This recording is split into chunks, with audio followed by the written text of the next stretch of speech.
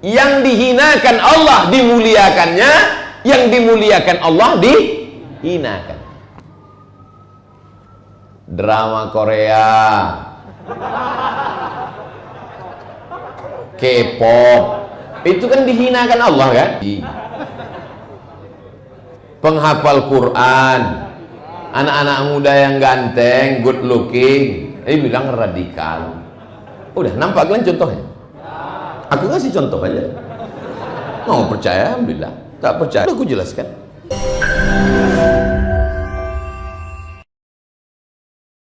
Jangan lupa subscribe, like, and share.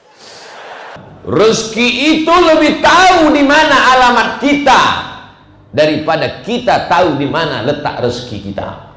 Rezeki itu lebih bersemangat mencari kita daripada kita mencari rezeki kita. Betul tak cakap tuh?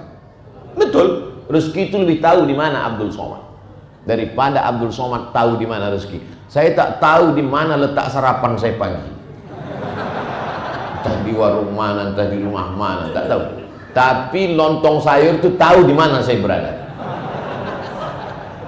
Takkan mungkin dia salah alamat. Betul?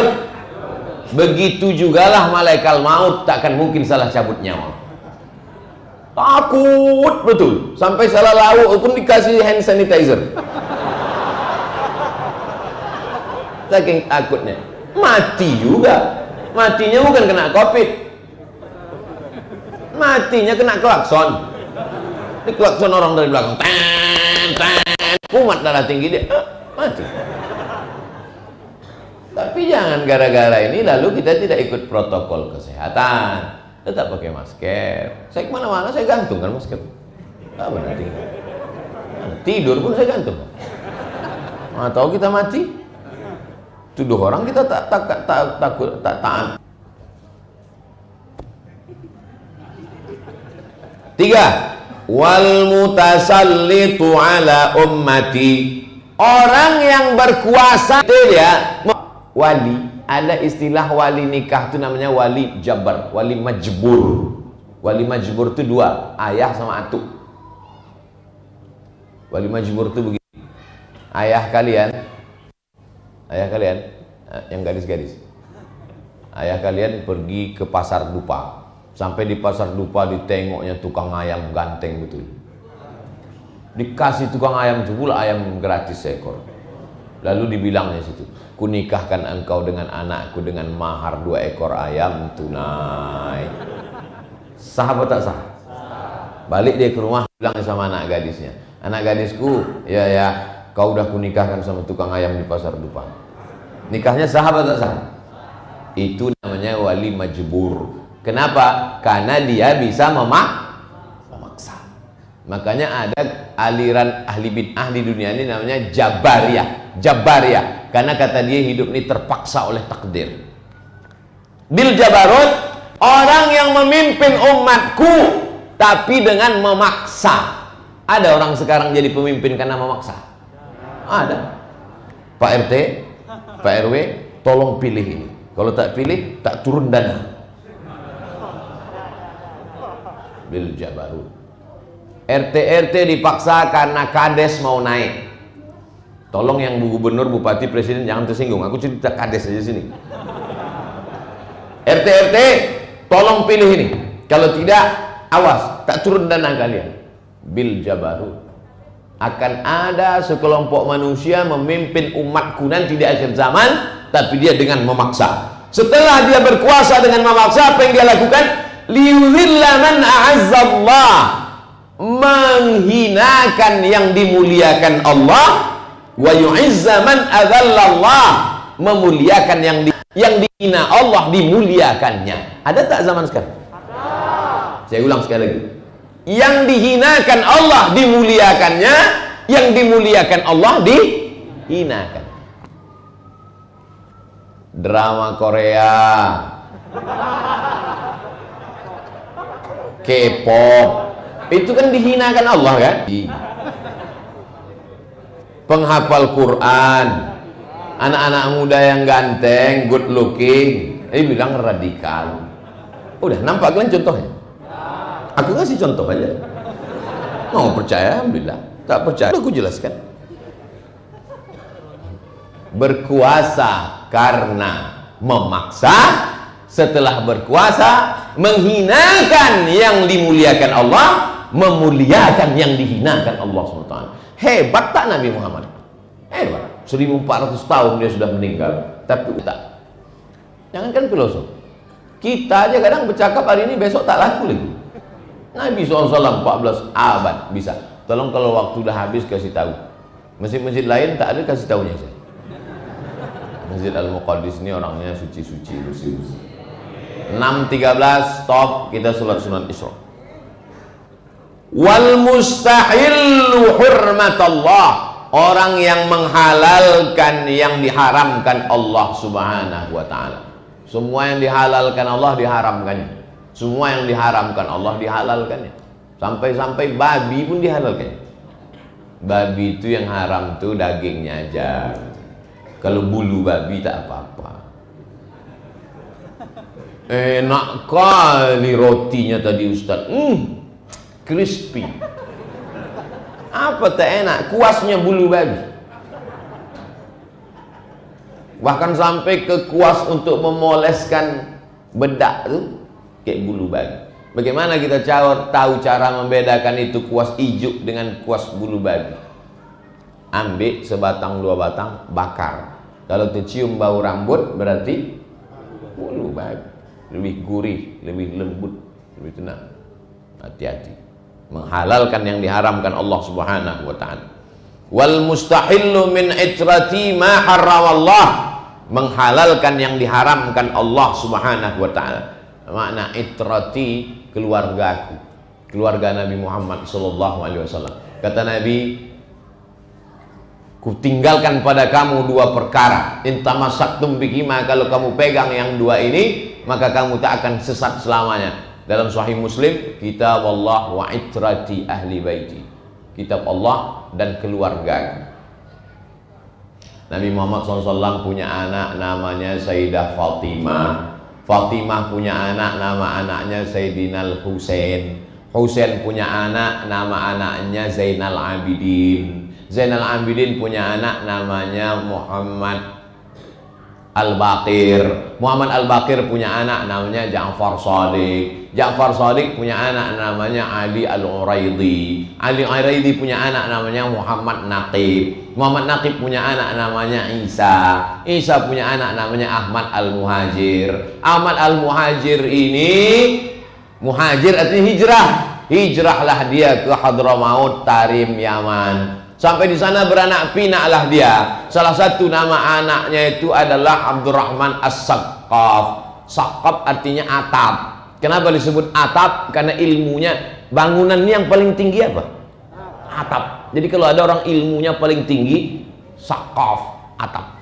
Karena orang Indonesia payah menyebut Saqqaf, siapa namanya? As-Segaf, As-Saqqaf.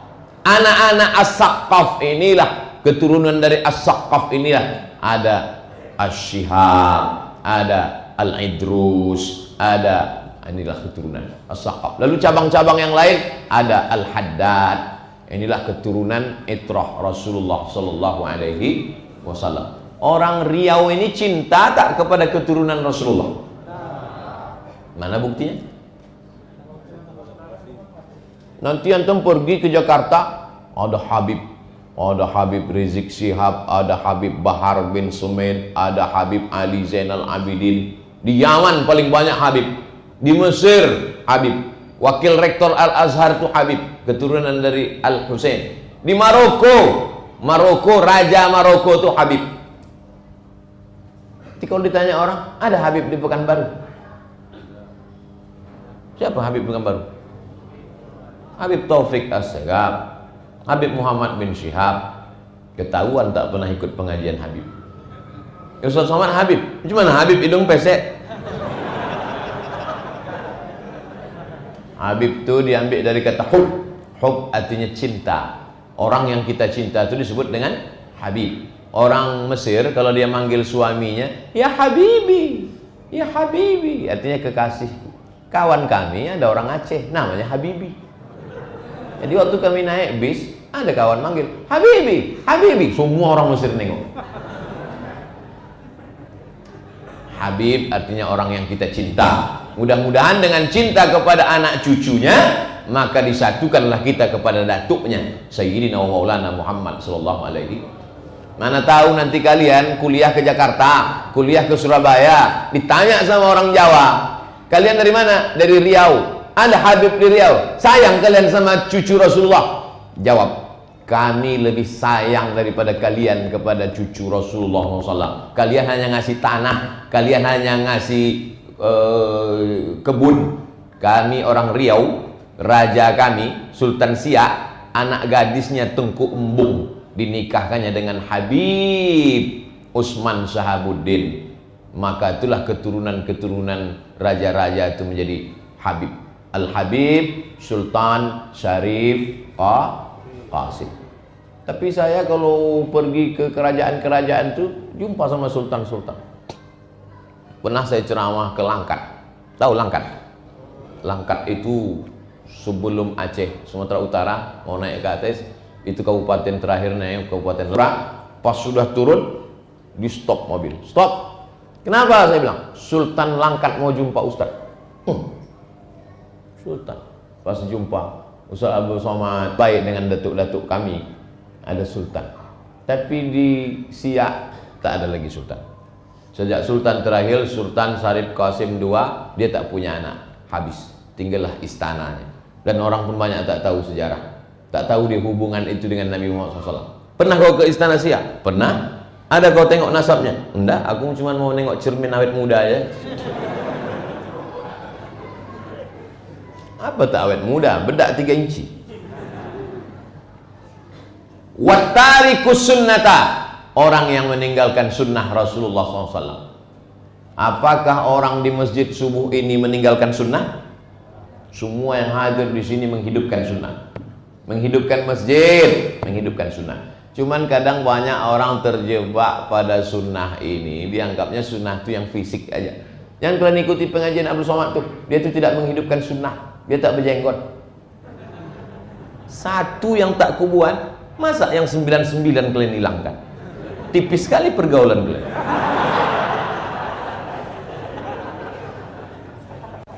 Jadi jangan i'dilu wa aqrabu littaqwa. Adil lah. Bersikap adil. Jangan gara-gara satu tak dibuat orang, gara-gara hujan sehari hilang kemarau setahun. Satu yang tak dibuat orang, lalu kita salahkan. Oleh sebab itu kita mesti adil. Sunnah itu tidak hanya sifat zahir. Tapi bukan saya menyalahkan yang pakai jenggot. Bersorban sunnah, pakai jubah sunnah. Kalau Habib-Habib itu dari ujung rambut ke ujung kaki sunnah. Di atas pakai sorban, berjenggot, pakai celak. Ismit, Nabi pakai celak. Ternyata setelah diteliti, celak itu obat untuk menyegarkan mata. Pakai cincin di kelingking, Nabi pakai cincin di kelingking. Pakai tongkat. Nanti kalau nampak antum ada ustadz belum tua kali, masih muda 30-40, tapi pakai tongkat. Dan Nabi itu pakai tongkat. Semua Nabi pakai tongkat. Cuman paling hebat tongkat Nabi Musa, dipukulkannya 12 mata air memancar. Ustadz sekarang pakai tongkat, keran air mati. Wattarikus sunnata. Jadi kita semuanya di Pekanbaru ini melaksanakan sunnah, meramaikan masjid sunnah, ikut pengajian sunnah, hormat kepada ulama sunnah. Maka kita di sunnah. Hadis akhrajahu Tabrani. Hadis ini disebutkan oleh Imam At-Tabrani. Wa sahhahu Ibnu Hibban, dinyatakan sahih oleh Imam Ibnu Hibban wal Hakim. Imam Al-Hakim mengatakan hadis ini sahih. Imam Tabrani mengatakan, Imam Ibnu Hibban mengatakan hadis ini sahih. Kalau sudah ulama mengatakan sahih, ikut saja, manut wae. Saya tidak percaya dengan Imam Al-Hakim. Hah? Imam Al-Hakim kau tak percaya, tapi pilot pesawat kau percaya? Ada orang zaman sekarang, Imam Hakim dia tak percaya, Imam Tirmidzi dia tak percaya, Imam Ibnu Hibban dia tak percaya, tapi pilot pesawat dia percaya. Mana contohnya? Buktinya kalau dia naik pesawat tak pernah diceknya pilot itu, mana rem tangan handbrake-nya, ini giginya matic apa manual. Sama ulama tak percaya, tapi sama pilot pesawat percaya. Rupanya pilot itu sakau. Banyak kan pilot yang dites ternyata positif. Oknum, tidak semua pilot. Paham yang saya cakapkan nih? Maksudnya percaya kepada ulama yang memandai-mandai. Tak percaya sama saya tak apa-apa, karena saya tak pernah bicara menurut pendapat saya. Saya bicara menurut ulama. Belum pernah saya berfatwa menurut saya. Saya sadar saya bukan ahli fatwa. Walaupun kalau mau saya cetak kartu nama ini lebih panjang dari amplop lagi. Tapi dia tak mau. Hadis 18 dari Katsir bin Abdullah bin Amr bin Auf, dari bapaknya, dari kakeknya. Aku mendengar Rasulullah bersabda, "Inni akhafu ala ummati min salasin." Yang aku khawatirkan terjadi menimpa umatku ini ada 3. Yang pertama, min zallati alimin, orang berilmu terpeleset. Orang berilmu silap. Orang berilmu salah. Kalau ada satu orang penumpang salah dia, satu orang penumpang bis salah dia, yang salah berapa orang? Siapa pakai blender di atas? Kalau ada satu penumpang bis salah dia, silap dia, yang salah berapa orang?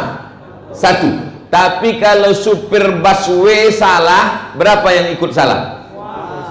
Tengok penumpangnya dulu. Itulah bahayanya kalau seorang berilmu salah. Makanya saya selalu mengatakan, menurut buku yang pernah saya baca begini. Tapi kalau kalian mau lagi, tanyalah Dr. Mawardi Muhammad Saleh. Dia itu 13 tahun di Madinah dan dia jurusan fikih. Ada gitu saya jawab kan? Tak pernah saya mengatakan ini menurut saya, yang lain daripada saya tuh upil-upil aja itu. Tak pernah. Oleh sebab itu maka menurut buku yang pernah saya baca, menurut guru-guru saya dulu, jangan sampai kita mengaku kita yang paling ulamanya. Menurut ulama, maksudnya menurut ulama itu dia, yang lain daripada dia itu tak ulama. Zallati alimin. Jangan sampai kita salah. Yang kedua, wa min hawa muttaba'in, mengikut hawa nafsu. Hawa nafsu ini kalau dipeturutkan, nafsu makan, nafsu minum, nafsu politik, nafsu mau terkenal, nafsu mau dipuji-puji orang. Ada orang nafsu makannya tak pada kuat, nafsu bebini pun tak kuat, tapi nafsu politik kuat. Udah 50 tahun jadi kades tak turun-turun, gigi habis turun udah, dia tak juga mau turun. Nafsu politik. Ada pula orang nafsu politiknya tak pada kuat. Bapak mau jadi RT, saya udah dunia ini tak ada lagi, tapi ingin dipuji-puji orang. Kalau dipuji ustadz lain mengamuk. Ada ustadz di Pekanbaru, siapa namanya? Ustadz Somad. Kata orang dia tuh hebat. Mana pula hebat dia? Hebat lagu lagi. Nah, jadi hawa nafsu orang ini macam-macam. Hawa muttaba', jangan turutkan hawa nafsu. Bagaimana caranya biar supaya tak ikut hawa nafsu nih Pak Ustadz? Sering-sering ke liang lahat. Asal ditengok liang lahat tuh insya Allah hilang nafsu. Nafsu makan pun hilang. Asal udah agak jauh sedikit dari liang lahat tuh baru muncul deh. Maka sering-sering menengok liang lahat. Balik dari sini pergi ke liang lahat. Bapak yang ibu tuh suka shopping ke mall, bawa ke liang lahat. Kalau perlu sehari 3 kali, macam makan obat. Asal dia minta uang belanja, bawa ke liang lahat. Wa min hukmin jairin, dari hukum yang curang, hukum yang jahat. Datanglah orang menjumpai Nabi Muhammad SAW, mau, ya Rasulullah, ini ada pencuri, namanya Fatimah, nama ayahnya Aswad. Apa arti Aswad? Hitam. Jadi Fatimah bintil Aswad, Fatimah anak Pak Hitam. Mohon maaf Pak Hitam, jangan tersinggung. Pak Hitam ini kepala suku. Kalau dipotong tangan anaknya, maju satu suku. Masa anak pejabat dihukum? Jadi mau dimintakan di lobi ke Nabi supaya dikasih dispensasi. Merah wajah Nabi, marah. Inna ahlaka man kana qablakum, orang-orang sebelum kamu dihancurkan, dibinasakan Allah gara-gara inilah. Idza saraqa fihi musyarif tarakuh, Kalau yang mencuri itu orang mulia, pejabat, anak orang kaya, dibiarkan. Wa idza saraqa fihi mudha'if. Tapi kalau yang mencuri itu orang lemah, rakyat jelata, aqamu alaihi al-'ad, ditegakkan hukum yang jahat. Ada tak ini sekarang? Ada. Saya tak ada jawab, kalian aja bilang ada. Akhrajahul Bazzar, disebutkan oleh Imam Al-Bazzar, nama kitabnya Musnad Al-Bazzar. Imam Tabrani kitab besarnya Al-Mu'jam Al-Kabir, ada namanya Al-Mu'jam Al-Awsat, ada namanya Al-Mu'jam As-Saghir. Guru Imam Tabrani itu dihitung-hitung 3.500 orang. Coba antum hitung guru TK, MDA, PAUD sampai kuliah, ada 3.500 orang. Makanya jangan ngaji cuma sama satu ustadz saja. Ngaji sama Ustadz Saidul Amin, ngaji sama ustadz lain, supaya jangan fanatik. Ngaji sama ustadz Yayasan Tabung Wakaf, supaya kita jangan fanatik buta hanya kepada satu ustadz saja. Ustadz cuma satu, Ustadz Abdul Somad. Selain itu bukan ustadz. Gilo. Gelo atuh, betul sudah. Hadis ke-19. Sampai ke berapa nih Pak Ustaz? Sampai 20. Habis itu kita sholat sunat isya. An Hudzaifah radhiyallahu anhu, dari Hudzaifah radhiyallahu anhu.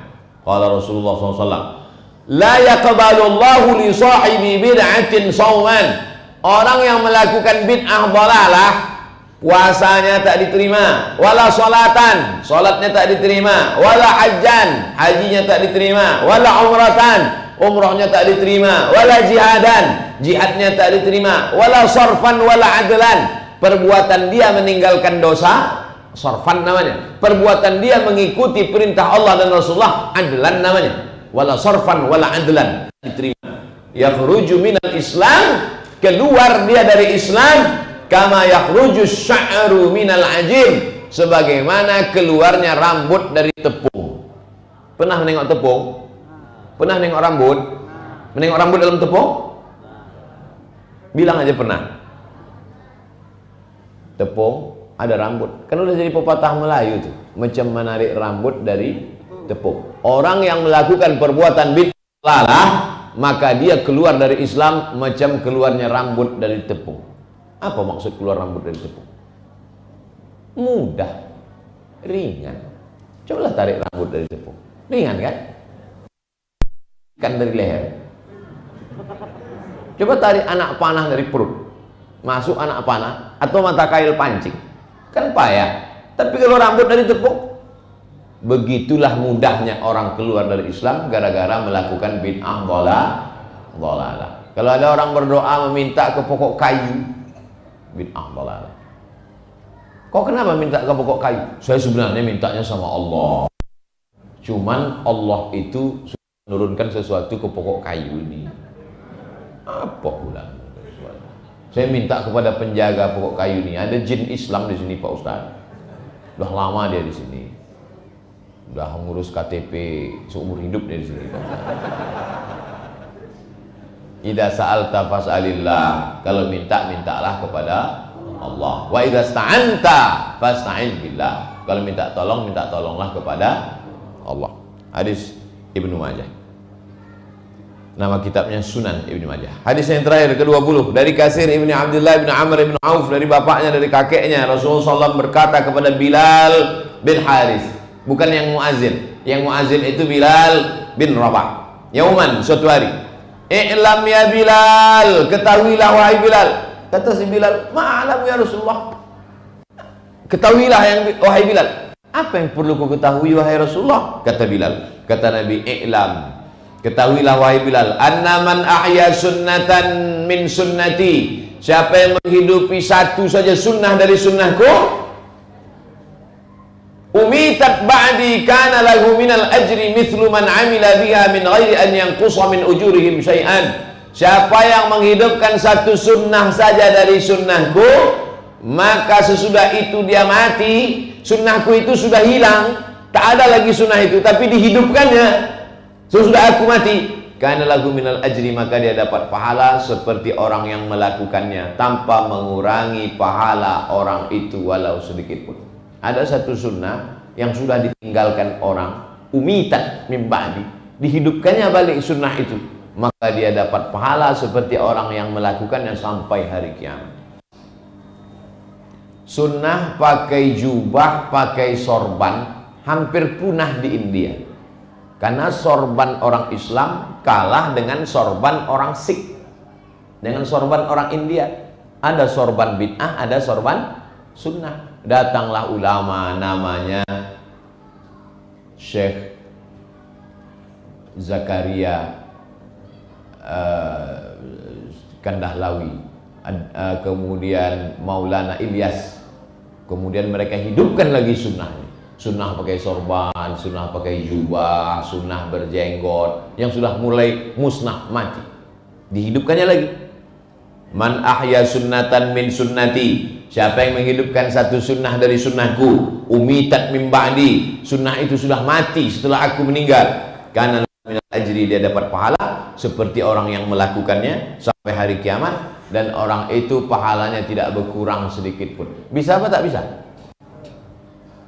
Bapak punya 100, saya ambil 1, punya bapak tetap 100 atau berkurang?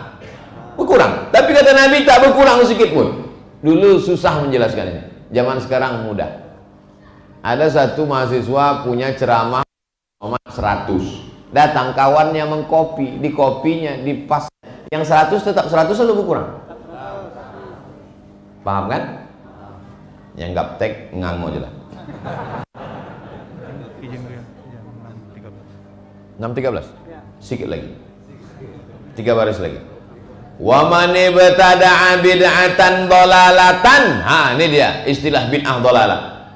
Jadi tidak semua, siapa yang melakukan bid'ah dhalalah la yarda Allah, tidak diridai Allah wa rasuluh dan Rasulullah SAW, kana alaihi mithlu atham, maka dia dapat dosanya min amali man amila biha, orang yang melakukannya, la yang dzalika min auzarin nasi syai'an. Jadi kalau ada orang di Pekanbaru ini buat satu bid'ah dhalalah, diikuti oleh orang Pekanbaru 1.300.000, penduduk Pekanbaru ini 1.200.000, maka dia dapat dosanya sampai hari kiamat. Namanya dosa MLM, multi level marketing, mengalir terus. Makanya jangan buat bid'ah dhalalah. Tapi kalau bid'ah hasanah, maka insya Allah dapat pahalanya sampai hari kiamat. Amin. Akhrajahu Ibnu Majah. Hadis ini disebutkan oleh Imam Ibnu Majah dalam Sunan Ibnu Majah, wa Tirmidzi, Imam Tirmidzi. Apa status hadis ini? Wa qala haditsun hasan. Hadisnya hadis